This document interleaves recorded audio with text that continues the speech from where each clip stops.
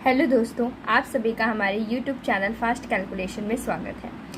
तो हमने इससे पहले के वीडियोस में अपने चैप्टर 1 और चैप्टर 2 को कंप्लीट सॉल्व कर लिया है। चैप्टर 1 जो कि संख्या पद्धति था और चैप्टर 2 जो कि हमारा बहुपद था, उसके बारे में डिटेल से हम लोगों ने अपने प्रीवियस वीडियोज़ में पहले ही डिस्कस कर चुके हैं। तो आज के इस वीडियो में हम एक अपना नया चैप्टर स्टार्ट करने वाले हैं जो कि है चैप्टर 3 और जिसका नेम है निर्देशांक ज्यामिति।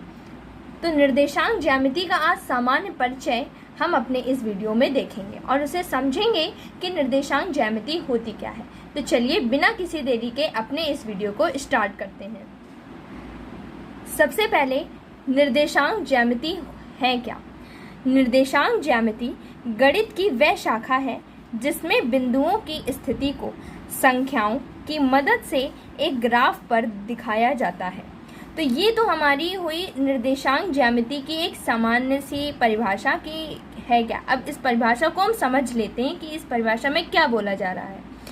तो ये गणित की शाखा होती है जिसमें बिंदुओं की स्थिति को, कोई भी बिंदु हो गए, मान लीजिए 2,4 हो गया, 3,6 हो गया, इस टाइप के आपको बिंदु बताए जाएंगे। तो अभी हम आपको बताएंगे 2,4, 3,6 ये सारी चीज़ें क्या हैं।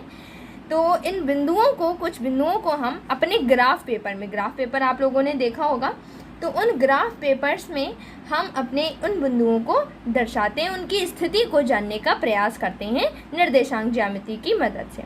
तो चलिए सबसे पहले हम आपको एक ग्राफ की मदद से समझाने का प्रयास करते हैं। ये हमने एक ग्राफ ड्रॉ कर लिया है, सिंपल। अब आपको बताते हैं कि यहाँ पर क्या क्या चीज़ें दी गई हैं। ये जो आपकी जो रेखा है, जो लेटी हुई रेखा है, यानी आप दूसरे शब्दों में बोल सकते हैं जो क्षैतिज रेखा है। क्षैतिज रेखा का मतलब क्या है? जो लेटी हुई रेखा है। तो इसका नाम होता है एक्स एक्सिस या एक्स अक्ष और इसे बोलते हैं वाई अक्ष।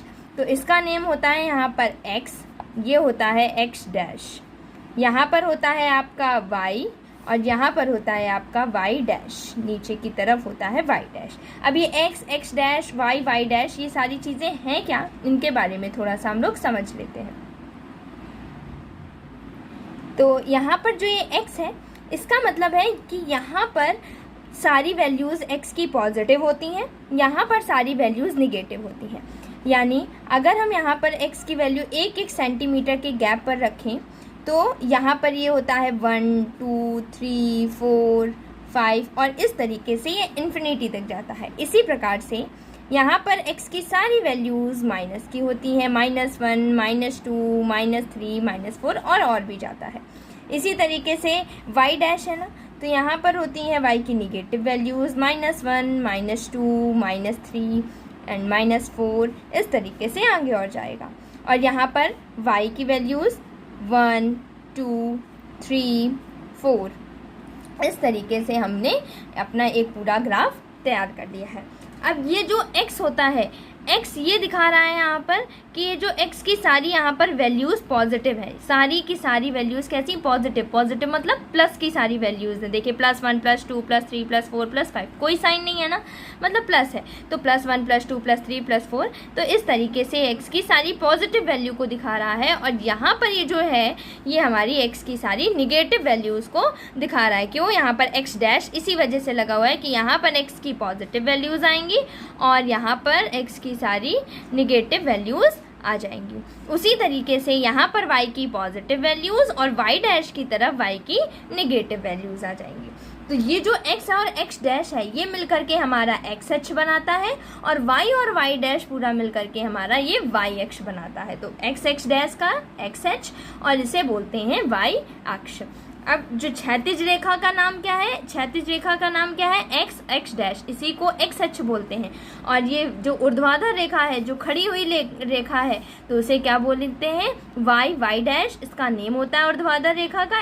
यही क्वेश्चन आपके उसमें बुक में भी दिए जाएंगे, बुक की एक्सरसाइज में भी यही क्वेश्चन पूछा जाएगा कि ऊर्ध्वाधर रेखा और क्षैतिज रेखा का नाम बताइए। तो क्षैतिज रेखा का नाम है एक्स, एक्स डैश और जो हमारी ऊर्ध्वाधर रेखा है उसका नाम है वाई, वाई डैश। क्षैतिज रेखा को एक्स अक्ष और ये होता है हमारा वाई अक्ष। ठीक है। अब इसके बाद अब आपने देखा कि जो हमारी एक्स अक्ष और वाई अक्ष एक दूसरे को जिस बिंदु पर काटते हैं, ये बिंदु है ना हमारा, ये जिस भी बिंदु पर काटते हैं इस बिंदु को क्या बोला जाता है, मूल बिंदु बोला जाता है। यहाँ पर लिख लेते हैं हम लोग कि इस बिंदु को क्या बोला जाता है, मूल बिंदु बोला जाता है।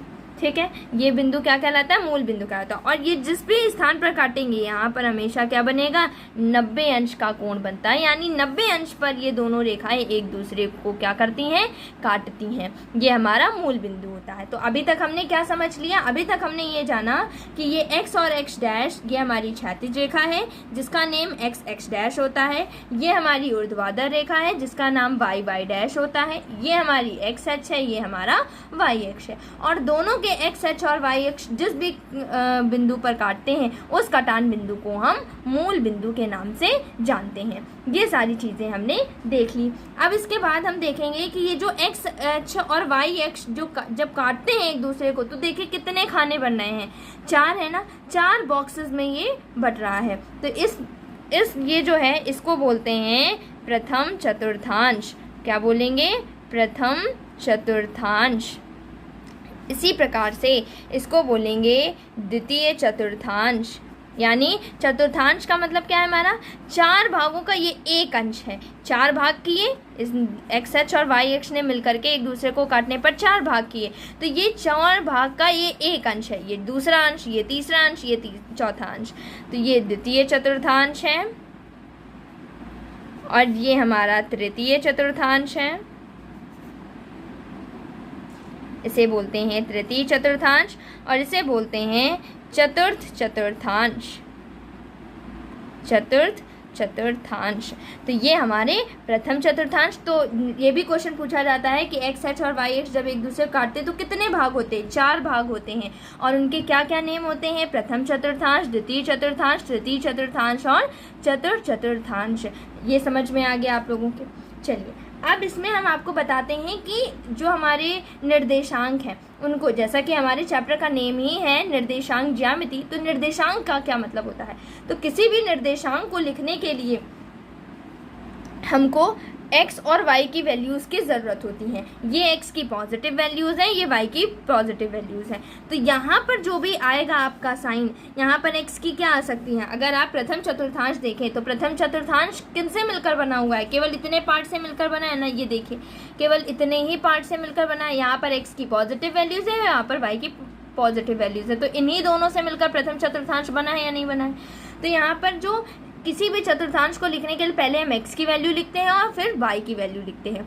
तो पहले x की वैल्यू कैसी आएंगी, सारी पॉजिटिव ही आएंगी, सारी वैल्यूज प्लस की आएंगी, तो इसका जो भी साइन आएगा वो प्लस का आएगा। x की वैल्यू सारी किस में आएंगी, प्लस में आएंगी। फिर उसके बाद y की सारी वैल्यू किस में आएंगी, प्लस में ही आएंगी, क्योंकि हमारा जो प्रथम चतुर्थांश है वो इन दोनों से मिलकर बना है। तो पहली x की वैल्यू हम लिखते हैं, x का सारे साइन क्या होंगे, हमारे प्लस के नंबर्स आएंगे, तो मैंने उसका साइन लिख दिया प्लस। और y के सारे नंबर किस में आएंगे, प्लस में आएंगे, तो इसका भी हम साइन लिख देते हैं प्लस। तो प्रथम चतुर्थांश का साइन क्या होता है, प्लस प्लस। ये बहुत इंपॉर्टेंट है, इसे आप याद रखिएगा। मैं आपको ये भी बता दे रही हूँ प्लस प्लस कैसे आया, तो x की वैल्यू और y की वैल्यू से। तो x की वैल्यू यहाँ पर सारी प्लस प्लस होती हैं, y की यहाँ पर सारी वैल्यूज प्लस प्लस होती हैं, इस वजह से पहले x की वैल्यू सारी प्लस आएंगी, फिर y की वैल्यू सारी प्लस आएंगी। तो हमारा जो निर्देशांक होता है वो नॉर्मली इसी वे में लिखा जाता है, x, y के फॉर्म में लिखा जाता है। तो यानी कि पहले x की वैल्यू लिखो, बाद में y की वैल्यू लिखो। तो पहले x की सारी वैल्यूज कैसी आएंगी, प्लस। और क्योंकि हम चिन्ह पता कर रहे हैं कि प्रथम चतुर्थांश का साइन क्या होगा, तो हम साइन से ही ट्रीट करेंगे। तो x की सारी वैल्यूज किस में आएंगी, प्लस में आएंगी। फिर y की सारी वैल्यूज किस में आएंगी, प्लस में आएंगी। तो प्रथम चतुर्थांश का साइन क्या हो गया, प्लस प्लस। अब इसी तरीके से हम द्वितीय चतुर्थांश के बारे में देख लेते हैं। द्वितीय चतुर्थांश में भी हमको x, y के फॉर्म में लिखना है, लेकिन हमको कोई वैल्यूज़ नहीं दिखानी है, हमें तो उसके साइन पता करने हैं। तो देखिए पहले x अक्ष के पास जाएंगे, x अक्ष के सारी वैल्यूज़ किस में आ रही हैं, ये c से मिलकर बना है ना। देखिए ये जो है हमारा द्वितीय चतुर्थांश इससे और इससे मिलकर बना हुआ है। तो यहाँ पर x की वैल्यू सारी कैसी है, माइनस की है, तो पहला साइन माइनस का। फिर y की वैल्यू कैसी है, प्लस की, तो माइनस प्लस। द्वितीय चतुर्थांश का साइन माइनस प्लस। अब इसी तरीके से तृतीय चतुर्थांश का साइन देख लेते हैं। x की वैल्यू तृतीय चतुर्थांश इससे मिलकर बना हुआ है, तो देखिए x की सारी वैल्यूज किसकी हैं, प्लस की, सॉरी माइनस की, और y की सारी वैल्यूज़ भी कैसी हैं, माइनस की। तो दोनों का ही साइन क्या हो जाएगा, माइनस माइनस। इसी प्रकार से चतुर्थ चतुर्थांश का देख लेते हैं। x की वैल्यू क्या है, सारी प्लस की, y की वैल्यूज़ माइनस की, तो प्लस माइनस। तो ये हमारे क्या हो गए, चतुर्थांश के साइन हो गए कि कैसे कोई भी चतुर्थांश, हमारा चतुर्थांश के साइन क्या होंगे। तो आपसे जब बोला जाएगा कि प्रथम चतुर्थांश में, जैसे आपको फॉर एग्जांपल कोई पॉइंट दे दिया गया, मान लीजिए कि आपको पॉइंट दे दिया गया 2,3, तो आप बताइए 2,3 जो है ये किस चतुर्थांश में आएगा, प्रथम चतुर्थांश में, द्वितीय चतुर्थांश में, तृतीय में या चतुर्थ में। तो आप उसके साइन देखिए, x की वैल्यू कैसी है, ये x की वैल्यू होती है, y की वैल्यू होती है, जो पहले लिखी ये x की वैल्यू है, जो बाद में लिखी है वो y की वैल्यू। तो आप देख के बताइए कि x की वैल्यू किस में है, प्लस में दी गई है, तो यानी कि +2 है, और y की वैल्यू किस में है, वो भी प्लस में दी गई। तो किस चतुर्थांश में, प्लस प्लस किसका साइन होता है, प्रथम चतुर्थांश का। तो इसका मतलब है कि ये जो पॉइंट होगा ये हमारा किस में होगा, प्रथम चतुर्थांश में होगा। ऐसे ही आपसे बोला जा सकता है -2,3 किस चतुर्थांश में है, तो माइनस x की वैल्यू माइनस में है, तो x की वैल्यू माइनस में कहाँ होती है, एक तो द्वितीय में होती है, एक तृतीय में होती है, और y की वैल्यू प्लस में, तो माइनस प्लस चाहिए तो द्वितीय चतुर्थांश में होगा। ये किस चतुर्थांश में होगा, द्वितीय चतुर्थांश में होगा। तो ये सारी चीज़ें ये जो साइन है ये इन्हीं क्वेश्चंस को सॉल्व करने में मदद करते हैं। तो आपको पता चल गया कि वो हमारे निर्देशांक कैसे लिखे जाते हैं। तो निर्देशांक को, किसी भी निर्देशांक को लिखने के लिए सबसे पहले आपको x की वैल्यू लिखनी होती है, फिर y की वैल्यू लिखनी होती है। तो ये हमारे क्या कहलाएंगे, निर्देशांक कहलाएंगे। फिर उसके बाद आपको बताना है कि जैसे जो भी पहली वैल्यू लिखी हुई है भुज और कोटि के बारे में, भुज और कोटि, भुज तथा कोटि क्या होती है इसके बारे में समझ लीजिए। तो मान लीजिए आपने यहाँ पर लिखा 2,3, यही एग्जाम्पल ले लेते हैं। तो जो भी x की वैल्यू होगी, ये x की वैल्यू है, ये y की वैल्यू है, तो जो भी x की वैल्यू होती है उसको बोला जाता है भुज, और जो भी y की वैल्यू होती है उसको बोला जाता है कोटि। इसे क्या बोला जाता है, कोटि बोला जाता है। तो जो x की वैल्यू है उसे भुज, और जो y की वैल्यू है उसे कोटि बोला जाता है। तो भुज और कोटि कुछ नहीं है, जो अगर आपको x की वैल्यू पता है, जैसे यहाँ पर भुज और कोटि क्या है, भुज की वैल्यू है 2 और कोटि की वैल्यू क्या है, 3 है। ठीक है, तो ये हमारी हो गई भुज और कोटि के मान निकालने को लिए आते हैं। तो ये हम इस तरीके से भुज और कोटि के मान भी निकाल सकते हैं। अब मान यहाँ पर तो मैंने आपको इस टेबल, यहाँ पर ये जो पूरा बना हुआ है इसको तो कार्तीय तल बोलते हैं। कार्तीय तल की मदद से तो हमने आपको बता दिया इसके साइन क्या होंगे। अब इसके आप क्या बना सकते हैं, टेबल भी बना सकते हैं। कैसे टेबल बनाएंगे, लर्न करने के लिए भी ये टेबल है मेन। तो कितने चतुर्थांश हैं हमारे, आपके होंगे 4 चतुर्थांश। तो पहला चतुर्थांश, द्वितीय चतुर्थांश, तृतीय चतुर्थांश और ये चौथा हमने रोमन नंबर से दिखाया है। तो ये वही दिखाया जा रहा है, और यहाँ पर उसके आप साइन लिख देंगे कि प्रथम चतुर्थांश के साइन क्या क्या होंगे और द्वितीय चतुर्थांश के साइन क्या क्या होंगे। तो ये हमारा क्या हो जाएगा, प्रथम चतुर्थांश, द्वितीय चतुर्थांश के साइन क्या क्या होंगे। तो प्रथम चतुर्थांश के साइन क्या होंगे बताइए, पहले में x की वैल्यू भी प्लस और y की वैल्यू भी प्लस। द्वितीय चतुर्थांश में x की वैल्यू क्या होगी, माइनस होगी ना, देखिए यहाँ पर x की वैल्यू माइनस और y की वैल्यू प्लस। तृतीय चतुर्थांश में दोनों माइनस, चतुर्थ चतुर्थांश में प्लस माइनस। तो इस तरीके से भी आप याद कर सकते हैं कि प्रथम चतुर्थांश प्लस प्लस, द्वितीय चतुर्थांश माइनस प्लस, तृतीय चतुर्थांश माइनस माइनस, चतुर्थ चतुर्थांश प्लस माइनस। तो ये हमारे इस तरीके इस टेबल बना करके भी आप इसको याद कर सकते हैं कि प्रथम चतुर्थांश के साइन सारे याद हो जाएंगे, जो कि बहुत ज़्यादा इंपॉर्टेंट है आपकी एक्सरसाइज के क्वेश्चंस को लगाने के लिए, और कहीं पर भी निर्देशांक ज्यामिति चैप्टर, तो ये बहुत इंपॉर्टेंट टेबल है आपको। ठीक है, फिर आपको मैंने भुज बता दिया, कोटि बता दी। तो ये सारी चीज़ें हमारी निर्देशांक ज्यामिति में हम अपने आगे आने वाली एक्सरसाइज को जो हम सॉल्व करेंगे, तो ये सारी चीज़ें बहुत ज़्यादा इंपॉर्टेंट हैं, जिससे कि आप एक्सरसाइज को आसानी से समझ पाएंगे।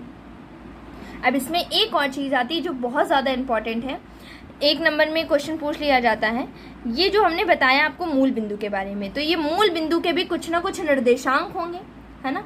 तो मूल बिंदु के निर्देशांक जो होते हैं वो 0,0 होते हैं। तो आपसे पूछा जा सकता है कि मूल बिंदु के निर्देशांक बताइए, तो आप सिंपली क्या बता देंगे, 0,0। तो यही हमारे चैप्टर 3 का सामान्य परिचय था। आशा करती हूँ कि आपको चैप्टर 3 का सामान्य परिचय आसानी से समझ में आ गया होगा। फिर भी आपको इससे रिलेटेड कोई भी डाउट है तो आप हमसे कमेंट सेक्शन में अपने डाउट को पूछ सकते हैं। और अगर आपको ये वीडियो अच्छा लगा हो तो आप हमारे चैनल फास्ट कैलकुलेशन को लाइक करें, शेयर करें और सब्सक्राइब करें, ताकि आगे आने वाले सारे नोटिफिकेशन सबसे पहले आप तक पहुंच सकें। Thank you.